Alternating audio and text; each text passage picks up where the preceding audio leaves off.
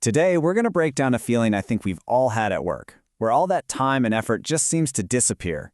We're talking about the anatomy of lost work, and we're digging into some really fascinating data from the Anatomy of Work Index to figure it all out. So, let me ask you this. Does this question feel a little familiar? You know that feeling like you're just running on a hamster wheel, your days are packed, but when Friday rolls around, you're left wondering, what did I actually get done this week?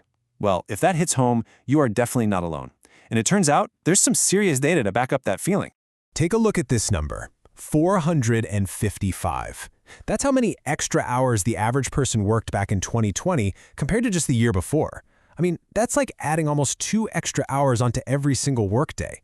So you'd think, with all that extra time, we'd be crushing it, right? Getting more done than ever?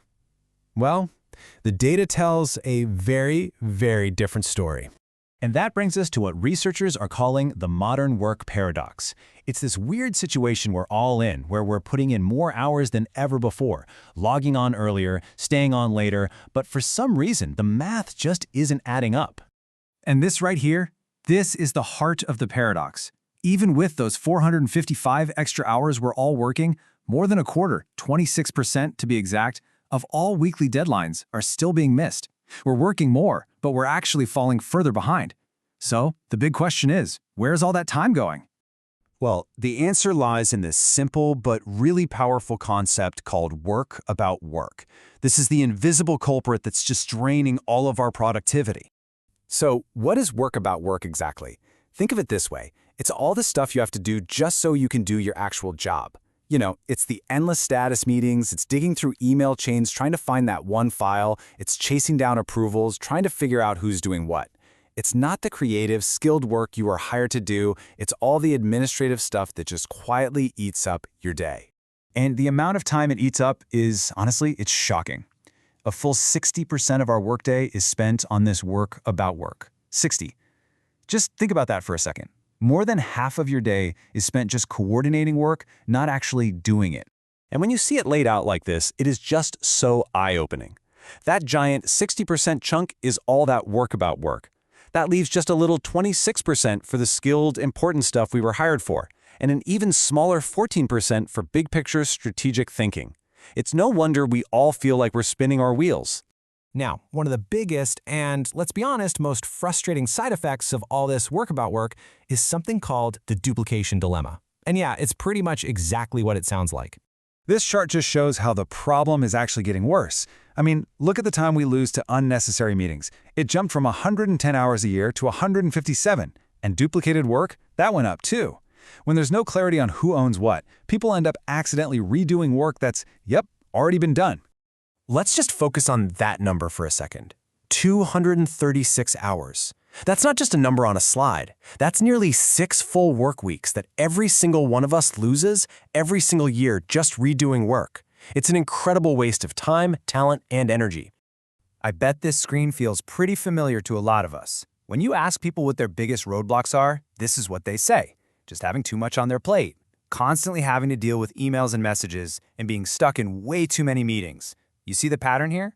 These aren't the job itself. They're perfect examples of work about work.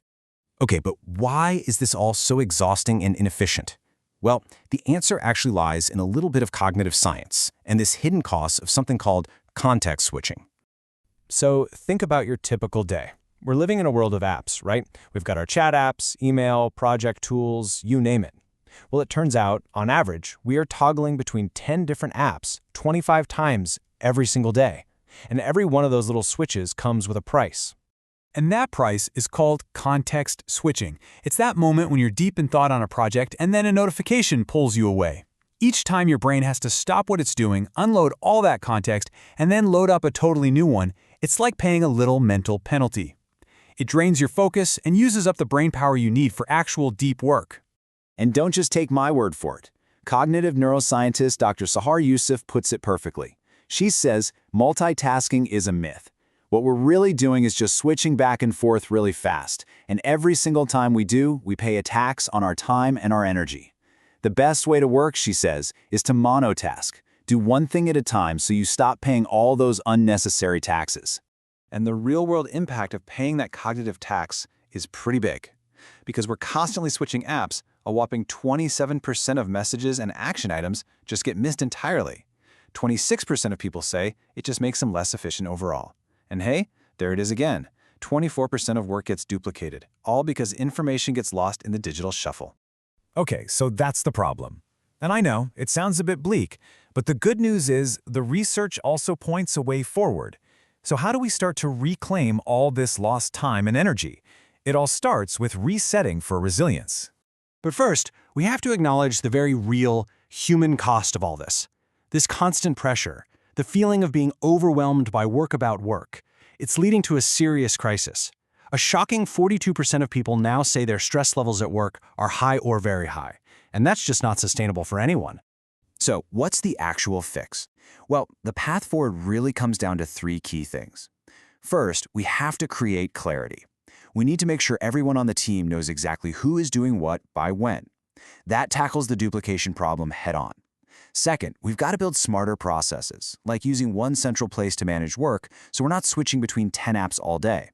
And finally, and this is so important, we have to prioritize well-being. That means actively blocking out time for focused work, turning off notifications, and protecting our attention. So I'll leave you with this final thought to chew on. That's 60% of your day, those 236 hours lost to duplication every single year. If you could get even a little bit of that back, what would you do with it? What's that big, important project you could finally focus on? Or maybe, what would it mean for your life outside of work? Something to think about.